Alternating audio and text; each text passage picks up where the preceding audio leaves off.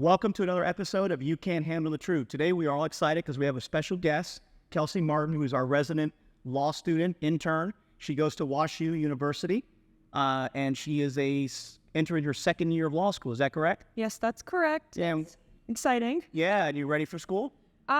Maybe not yet. I'm not really all intrigued on going back, but it's just part of the process, and I love what I learn.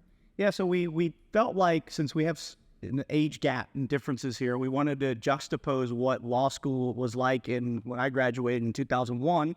Kelsey's going to graduate, in a couple years? Yeah, 2025. Right, so we want to juxtapose all that, and, I think this will be beneficial to a lot of our listeners because those that really want to go to law school may have some questions that maybe Kelsie could answer for us. So where do we want to start? See, is there something we should ask that maybe the viewers would be interested in, a question for Kelsie? Well, I think it's interesting because we all live in Florida. You're both Florida natives. Yes. But you're going to school outside of Florida. Yeah. But you went to undergrad in Florida. Yes, I went to FSU. And then Mike is a double FSU grad. Yeah. Undergrad And law school. And you're going to school in St. Louis, right? Yes. St. Louis, Missouri. St. Louis, Missouri, which wasn't too far of a stretch. My mom grew up in Southern Illinois and been in a Cardinals fan my whole life. So how'd you make the decision on WashU? Oh, that's a kind of a complicated question. I feel like I was really blessed to have a really good cycle when I went through the application process. So I had lots of choices, but ultimately it just came down to the caliber of the school, the opportunities and the resources that were going to be available to me. And I'd also like to get out of Florida for a little while before I maybe make that return to settle down permanently. And that's kind of how I picked WashU, and it just felt like home when I visited. Right. And it's like a top 20 school. It's very competitive. Indeed. And your, whole process is very competitive in terms of getting out there and getting a job. And that actually starts like next summer, right? Is that how that works? I don't think they tell people that enough. At least I didn't know when I went to my first class last year, that you start looking for your job after school and after law school your first summer. So I'm currently applying and interviewing for jobs that will hopefully set me up for my career after law school. And I just finished my first year. So that's incredibly competitive. It's sometimes the law school you go to matters at what job is willing to look at you and what kind of job you want. Because you want a job in big law. Okay.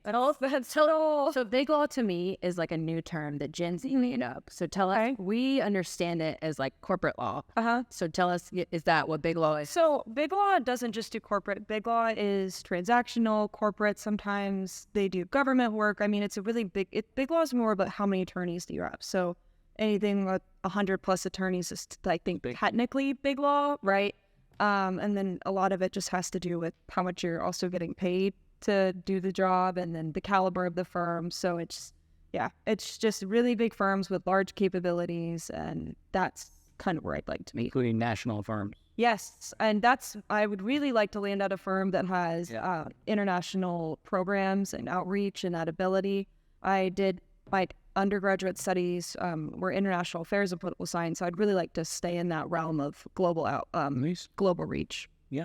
We were talking earlier because, I graduated in 2001, and it's unbelievable, though, because there's a lot of similarities from what is still going on in law schools. And we discussed that over you worked for us last summer as well, so we had a lot of chances to talk. One of the things that's interesting to me is that the Socratic method, and I don't know if the general public knows what that is, but it sounds like that's still a real thing in law school, right? So. What is that? Like, what is that to you? I think it's more commonly known as cold calling nowadays. Okay. It's like the more colloquial term, but Socratic method nonetheless. It's where you're sitting in class and then a teacher, and they all have different methods, at least from my experience. I had a teacher that did flashcards with randomized names of everybody in the class, and she would pull a flashcard, and if your name was on it, she'd ask you a question. Yeah. And it's just a way of active learning. Did you ever get cold called in law school? All the time. Yeah. All the time. There's a lot of volunteering. There's a lot of people who are gunners, right? The gunners who always are volunteering. That's another term. This is saying. So I love the gunners. The gunners. Because I was not a gunner. Good for you. Neither was I. Where I don't believe you. I was not. He was one of those people who responded to the gutters. Yes, yeah. And created debate. We had asshole bingo. Oh my God. I don't know if it's still You that. what? We had asshole bingo. We would sit in the back, and we would have the same kids all the time asking the same questions, and then somebody would shoot which asking you're going to have for the day, and then when they asked the question, we'd say bingo in the middle of class. That's awesome. That's awesome. That is the 90s for you. It was 2000s. Oh, 1998 to 2001. you're sorry. I mean, So that maybe that's antiquated. Yeah, it's antiquated. I'm sure you play a similar game now. No, it's just part of law school and something you have to kind of adjust. that sounds like a dude game in the back. Oh my God. Oh, there were girls playing with us too. So it was two. Well, fair enough. Yeah, it was. Yeah, we were measuring out with the. Okay, don't do that. Don't do that. Don't do that. If you're going to go to law school, don't do that. People will raise their hands, but most oftenly, like, teachers will either tell you what day you're going to get called on, or they're going to just randomly call you in class. Some teachers have favorites. Some people get picked on. I don't get picked on, which is great. Yeah. But it's never for a grade, so that's something everybody can relax about. You can whiff every cold call you have, and nobody's going to dock your grade. You might take a couple points on your pride, but also nobody remembers your cold calls but you. Right? Like, Yeah, no one really cares. You think they do, but they don't. You're putting the pressure on yourself. Right. Do you think it's an adequate method to help you handle what would be termed a stressful situation? Like, are you, because you're around your peers and you're being called upon to answer a question and you might not really know because you haven't practiced? Do you think that gives you some kind of advantage when you get out of it? And is it going to benefit you when you get out? I guess is what I'm trying to say. in my opinion, and this is probably not the same for everybody else, and the way I learn, no. Okay. I think it's meant to check if people are reading, if people are doing the work, if people are engaged, because at least at WashU, they really want you to succeed. They do everything they can to get you exactly where you want to be. So I think, yes, but the Socratic method is a part of that, and, it kind of forces you to read. Not that I wouldn't read anyways, but I know there are people who wouldn't if they weren't going to get checked in class every day. Well, so I think I want to answer that question too, because now that I've been out 8 years practicing. What do you give it for trial work? Yeah. Well, now that I've been out 8 years practicing, my biggest thing after studying when I was done with law school, studying for the bar, law school is so, the Socratic method of law school to me was so unnecessary, and it really didn't teach you what I needed to know to be prepared for the bar, because you don't need to know case law, you just need to know facts. Well, that's a good point. Because you got it preparing for the bar. Black letter law, statutes. Right. And it was actually, to me, very unhelpful and unnecessary. And I absolutely 100% didn't approve of. So you don't think it helped as a trial lawyer?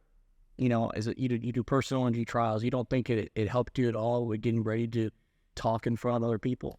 No, not really, because like a judge asking you to put you on the spot at a hearing or a trial?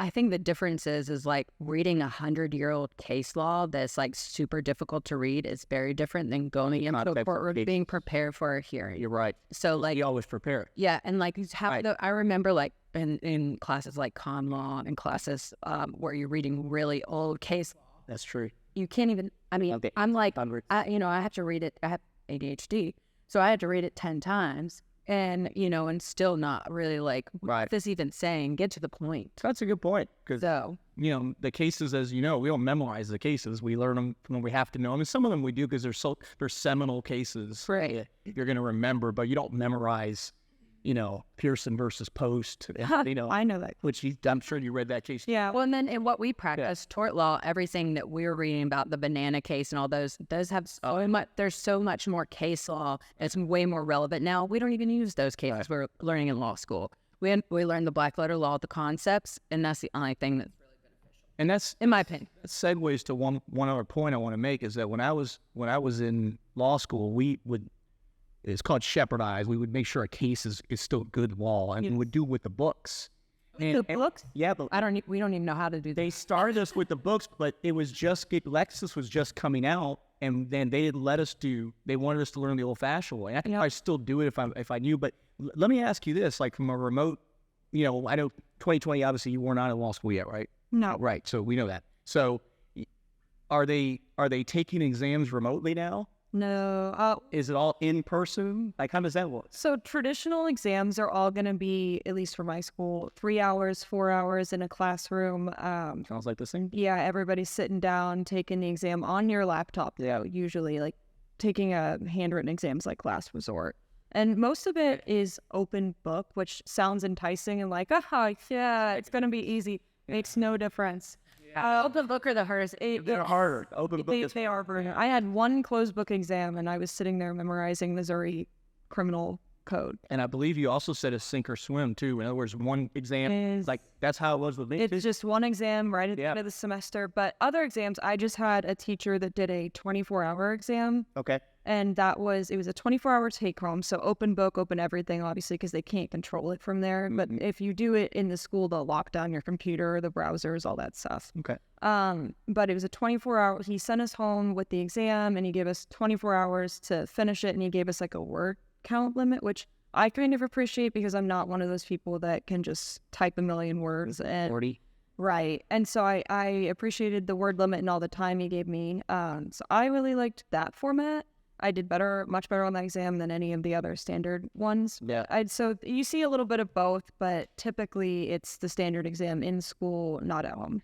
It's got to be nerve-wracking. Well, I think that there's a bunch more that we can talk about. So this might end up being a part 2 about law school, what it entails, and careers and different futures. So thanks so much for watching. Like, subscribe, and comment on anything you want us to talk about. And we'll see you next time. See you next time. Bye.